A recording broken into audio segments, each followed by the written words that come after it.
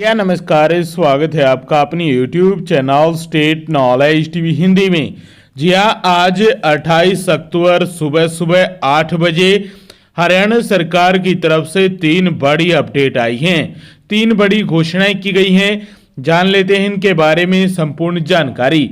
आगे भी आप हरियाणा सरकार की हर घोषणा, फैसले, नियम, निर्देश, आदेश, योजना, सूचना और निर्णय की जानकारी रोजाना जानना चाहते हैं या हरियाणा के हर डिपार्टमेंट, विभाग, बोर्ड, कॉरपोरेशन, निगम की हर लेटेस्ट अपडेट सबसे पहले जानने के लिए स्टेट नॉलेज टीवी हिंदी को सब्सक्राइब जरूर कर लीजिएगा। जी हाँ, सबसे पहली और बड़ी अपडेट आई है हरियाणा में सीईटी में संशोधन को लेकर। हरियाणा सरकार सीईटी पॉलिसी में संशोधन करने जा रही है। इसमें गलियारों में बहुत सारी चर्चाएं हो रही हैं। हरियाणा सरकार सीईटी के लिए जो प्रस्ताव मांगे थे हरियाणा स्टाफ सिलेक्शन कमीशन की तरफ से, वो दे दिए गए हैं चीफ सेक्रेटरी को। और हरियाणा में आज यानी 28 अक्टूबर और 29 अक्टूबर इन 2 दिन के अंदर अंदर हरियाणा में सीईटी पॉलिसी लागू हो सकती है नए संशोधन के साथ। यदि 2 दिन में नहीं होती है तो फिर दिवाली के 1 सप्ताह के अंदर अंदर हरियाणा में नई पॉलिसी जारी कर दी जाएगी। बता दें कि सीईटी में संशोधन हो तो ऐसा कि सभी क्वालिफाई हों। सरकार ग्रुप सी और ग्रुप डी पदों की भर्ती के लिए सीईटी में संशोधन करने जा रही है। गलियारों में इसकी चर्चा भी हो रही है। अभी तक सिर्फ एक बार ही सीईटी हुआ है जिसके आधार पर ये भर्तियां हुई हैं, मगर लाखों युवा इंतजार कर रहे हैं कि नया सीईटी हो। पुराने सीईटी में कई खामियां थी। कुछ खामियां तो पंजाब एवं हरियाणा हाईकोर्ट ने सामाजिक आर्थिक मानदंड के अंक हटाकर दूर कर दी, मगर पदों और कैटेगरी के लिए शॉर्टलिस्ट करने का फार्मूला सही नहीं है। यह 4 गुना का है। गलियारों में युवा मांग कर रहे हैं कि इस बार यह गलती मत कीजिएगा। सीईटी पास सभी उम्मीदवारों को अपनी अपनी योग्यता अनुसार पदों के लिए नॉलेज टेस्ट लेने का या देने का अधिकार है, यानी सीईटी को क्वालिफाई बनाया जाना चाहिए। कुछ अफसर तर्क देते हैं कि नॉलेज टेस्ट में ज़्यादा उम्मीदवार हों, मगर यह तर्क सही नहीं है। तो हरियाणा में गलियारों में एक बार फिर से चर्चा हो गई है नई सीईटी पॉलिसी की, और सरकार के और बच्चों के दोनों के गलियारे में चर्चा है।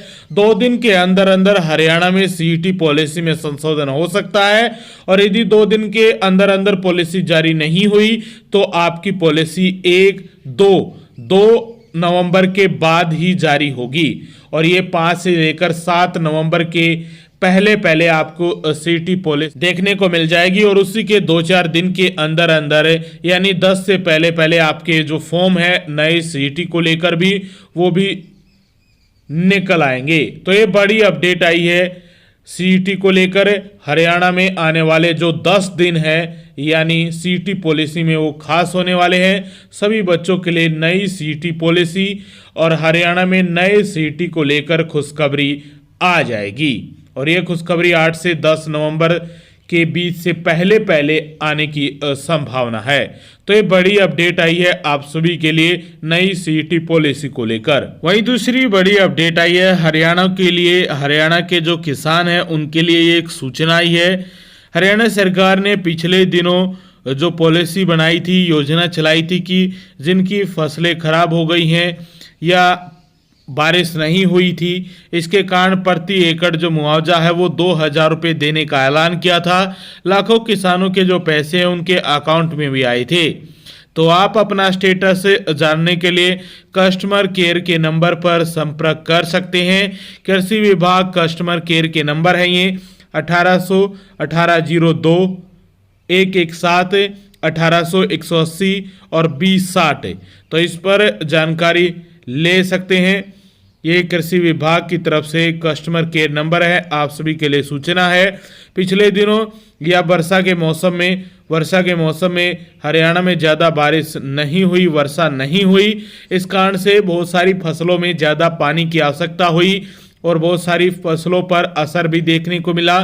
सरकार ने इसके लिए मुआवजे के तौर पर 2000 रुपये प्रति एकड़ राशि देने का ऐलान किया था। तो बाजरे के लिए बड़ी अपडेट आई थी। इन नंबरों पर कॉल करके किसान अपने स्टेटस की जानकारी ले सकते हैं।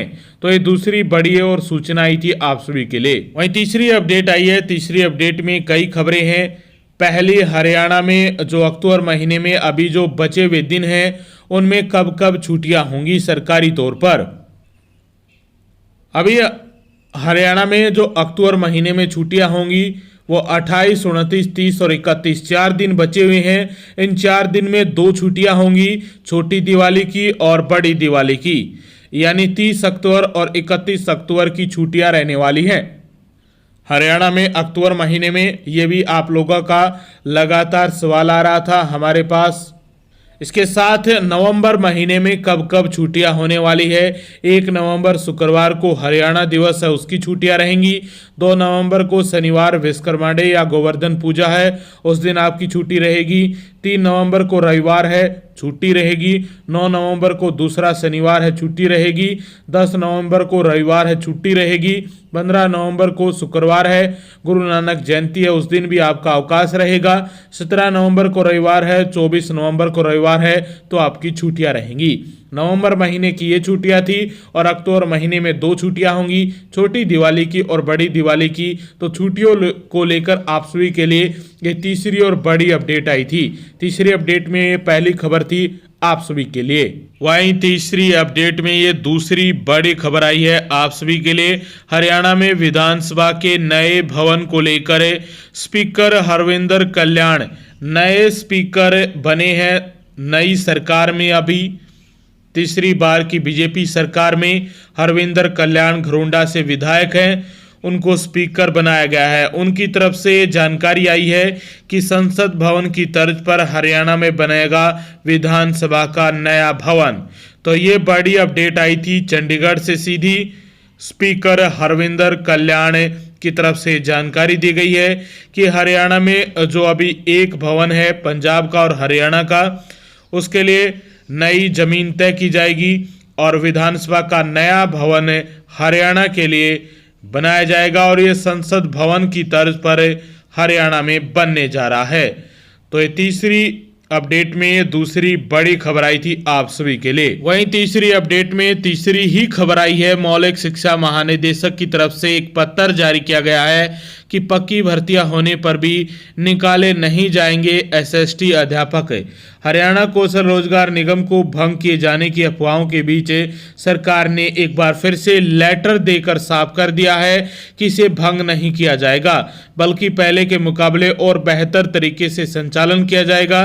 सरकार ने हरियाणा कौशल रोजगार निगम के माध्यम से भर्ती हुए अध्यापकों की नौकरी को भी सुरक्षित रखने का फैसला कर लिया है और खाली पदों पर जल्द भर्तियां शुरू होंगी।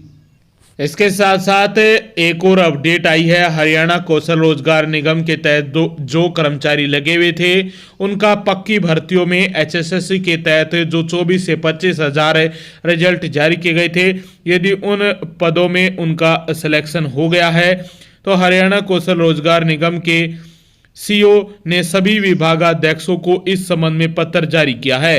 कहा है कि जिनका चयन हुआ है उनके बारे में विभाग के मुखिया को ईमेल की जाए, साथ ही त्याग पत्र देने के बाद ज्वाइनिंग का जिक्र करते हुए ब्यौरा भेजा जाए। उनके अनुभव प्रमाण पत्र पोर्टल पर अपलोड कर दिए जाएं।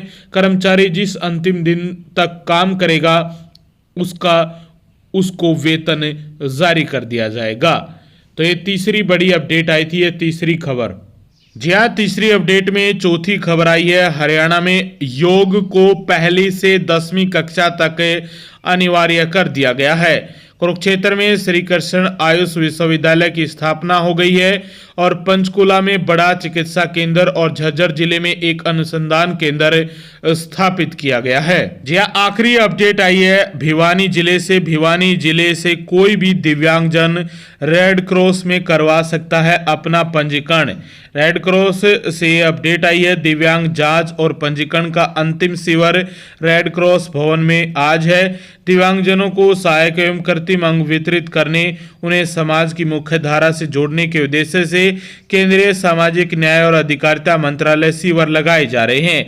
भिवानी रेड क्रॉस के सचिव प्रदीप कुमार ने बताया कि दिव्यांगजनों को सहायक एवं कृत्रिम अंग वितरित करने के लिए जिले के विभिन्न खंडों के करीबन एक सप्ताह से विभिन्न खंडों में दिव्यांग जांच शिविर लगाए जा रहे हैं, जिसके तहत 28 अक्टूबर को स्थानीय रेड क्रॉस भवन में अंतिम शिविर लगाया जाएगा। पंजीकरण के आधार पर ही दिव्यांगजनों को सहायक और कृत्रिम अंग वितरित किए जाएंगे। दिव्यांगजन इन शिविरों में पंजीकरण नहीं करवा पाया तो वो आज 28 अक्टूबर को होने वाले शिविर में अपना पंजीकरण करवा सकता है, चाहे वो जिले के किसी भी खंड से हो। पंजीकरण के लिए दिव्यांग प्रमाण पत्र यानी जो प्रमाण पत्र है यूडीआईडी कार्ड 40% से अधिक, आधार कार्ड, वोटर कार्ड की प्रति, आय प्रमाण पत्र लेकर दिव्यांग पहुंचना है। फैमिली आईडी भी चाहिए। और जिन दिव्यांगजनों ने 3 वर्ष के दौरान किसी भी प्रकार का कोई उपकरण प्राप्त नहीं किया है उन्हें इस शिविर का लाभ नहीं मिल सकता। तो ये बड़ी अपडेट आई थी। तो ये 3 बड़ी खबरें थी आप सभी के लिए और तीसरी खबर में कई अपडेट थी आप सभी के लिए। आगे भी आप हरियाणा सरकार की हर घोषणा, फैसले, नियम, निर्देश, आदेश, योजना, सूचना, निर्णय की जानकारी रोजाना जानना चाहते हैं तो स्टेट नॉलेज टीवी हिंदी को सब्सक्राइब जरूर कर लीजिएगा।